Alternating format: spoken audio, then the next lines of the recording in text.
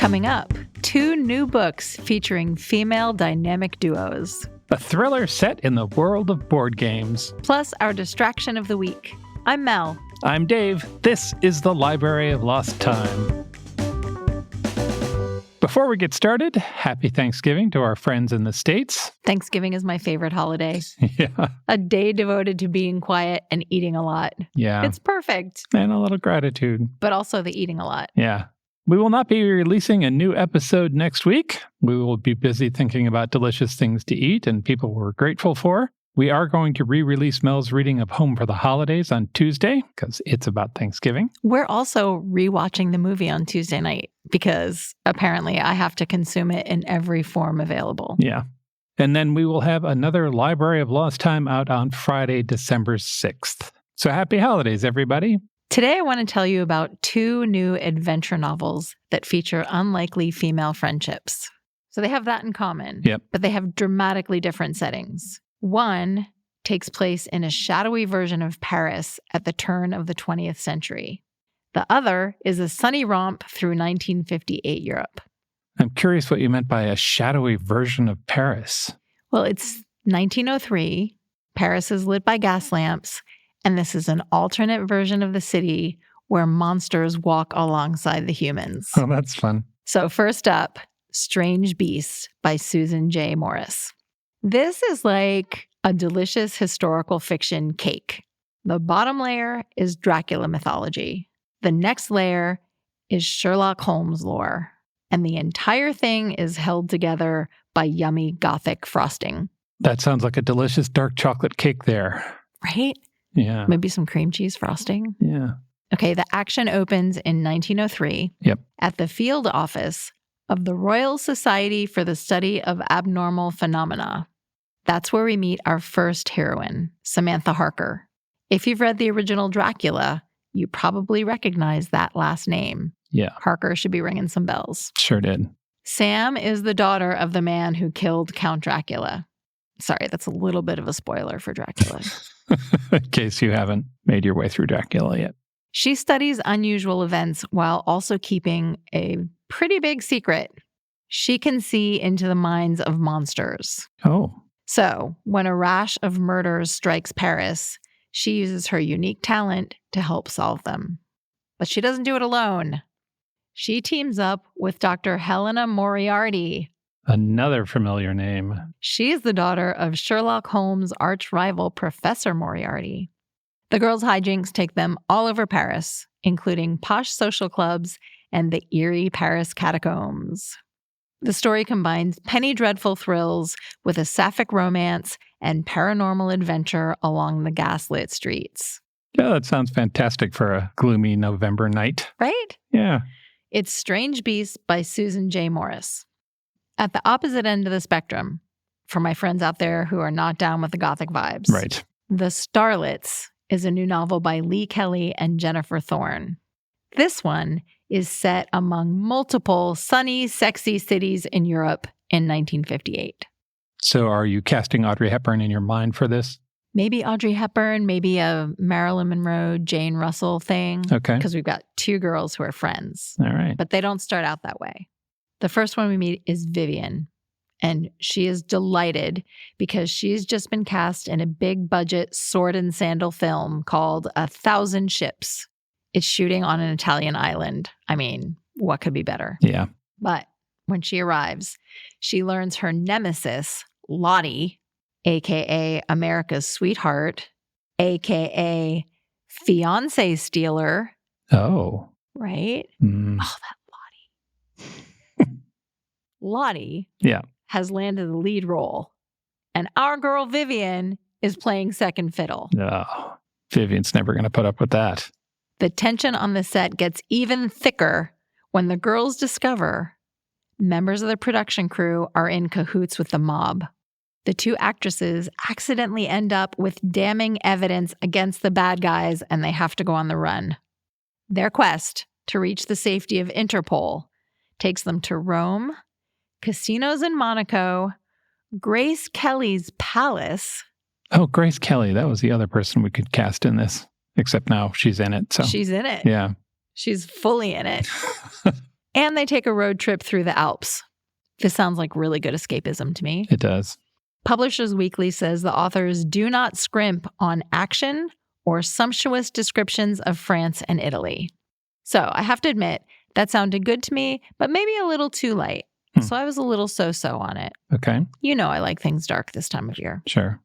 But then I realized that one of the co-authors, Jennifer Thorne, wrote a book that I just read and loved, Diavola, which is a horror novel. It's a haunted house story. That one is set in a luxurious vacation villa in Italy. The atmosphere is thick with dread, partially because of the supernatural haunting, and partially because of fraught, very realistic, terrible family dynamics. I'm really curious and excited to see how Jennifer Thorne handles a sunnier but still dangerous version of Italy, because the one in Diavola was so gothic. Yeah. So to recap those 3 books, the 1958 movie star crime caper is The Starlets by Lee Kelly and Jennifer Thorne. The horror novel is Diavola by Jennifer Thorne.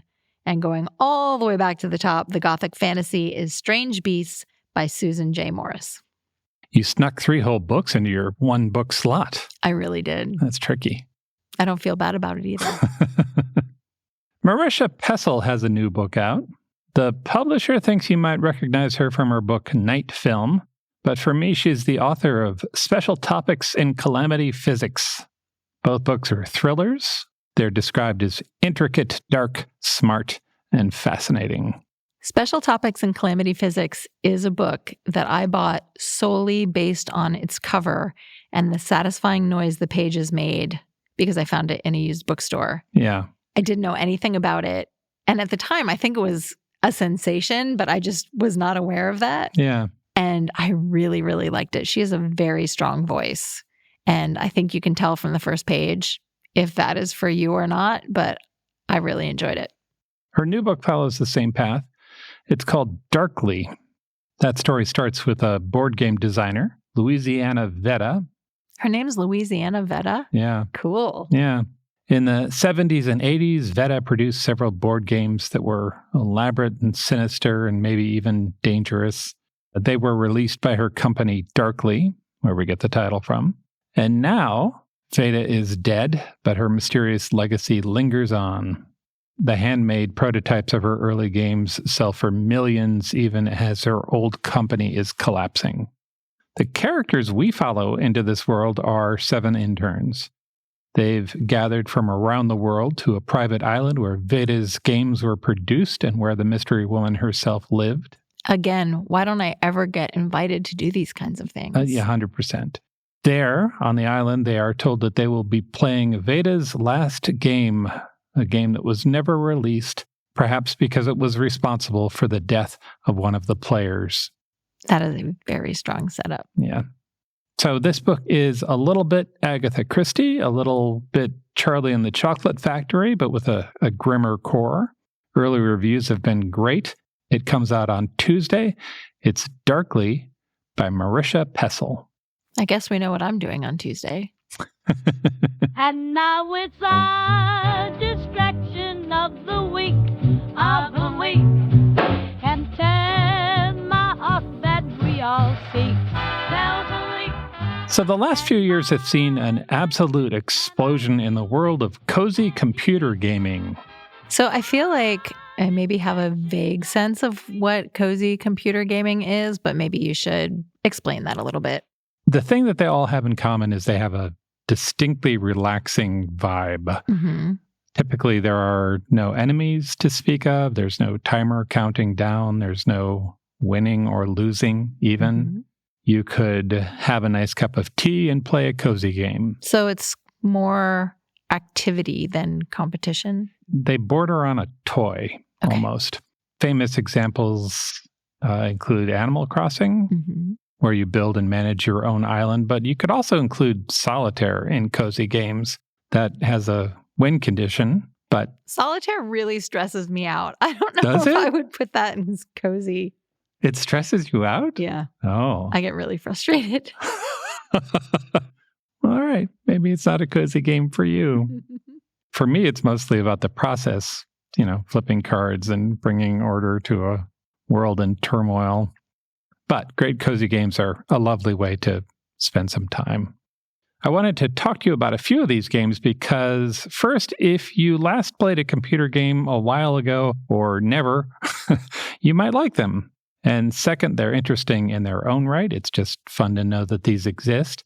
And third, they all beat the heck out of doom scrolling.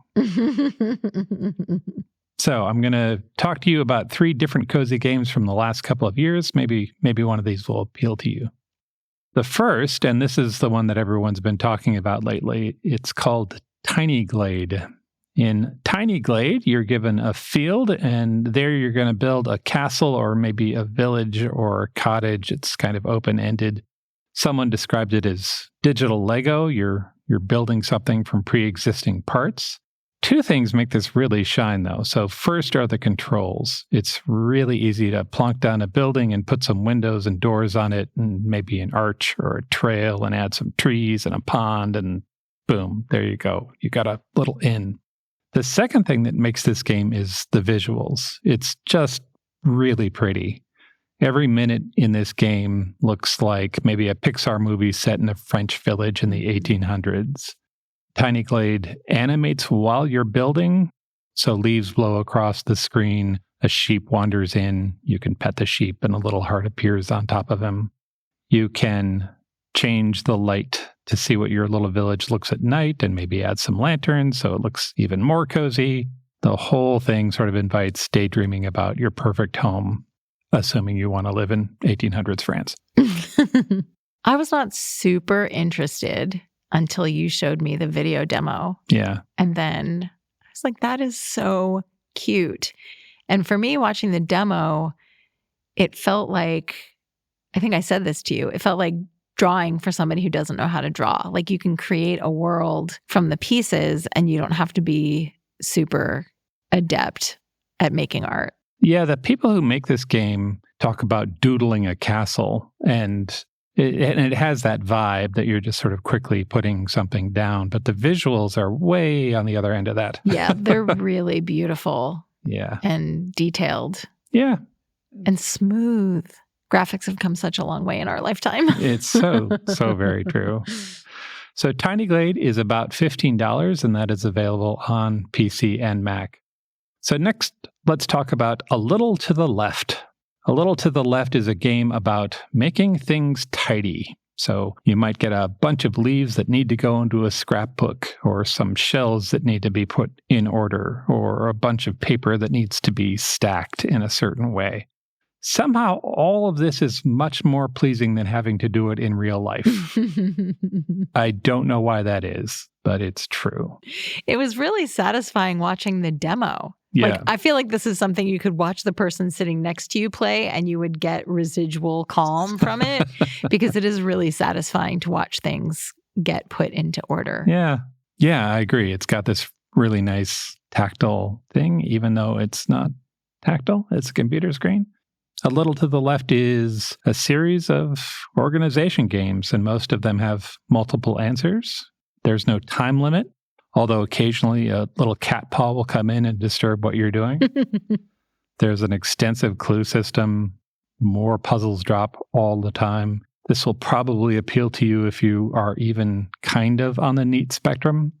It's A Little to the Left. It's about $15. It's available on Mac, PC, and a whole bunch of other platforms. We'll mention those in the show notes. Finally, there's Odada. Odada is a musical exploration game.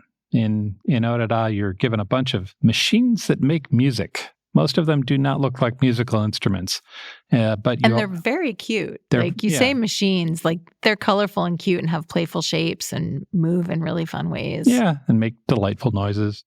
You don't need a background in music to play. You just futz with the machines until you figure out how to get a sound that appeals to you out of them.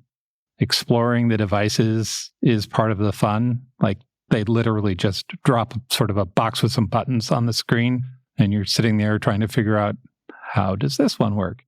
And once you get the gist of that, you can just move on to another machine. It'll give you another musical toy. And then eventually you've got a collection and you can make a little musical piece. The game has a recorder and a cassette where you can capture and trade your music with others. You can even customize your cassette, pick a color, label it, put some stickers on it. It's a very low stress and pleasant way to explore making some music. Orera is about $10 and it's available on Mac and PC. As we mentioned, there are videos of all of these games. If you're at all curious about any of those titles, check those out. Links are in the podcast description. And finally, if you know someone who'd like one of these games, there's an online store called Steam. They are the Amazon of computer games. They have absolutely everything. And they have gift cards. So head over there, buy a gift card, send it to a gamer you love along with a note that says, hey, thought you might enjoy this. Someone did that for me last year, and I was quite grateful.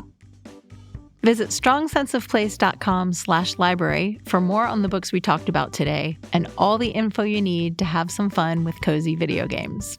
Thanks for joining us on the Library of Lost Time. Remember to visit your local library and your independent bookstore to lose some time yourself. Stay curious. We'll talk to you soon.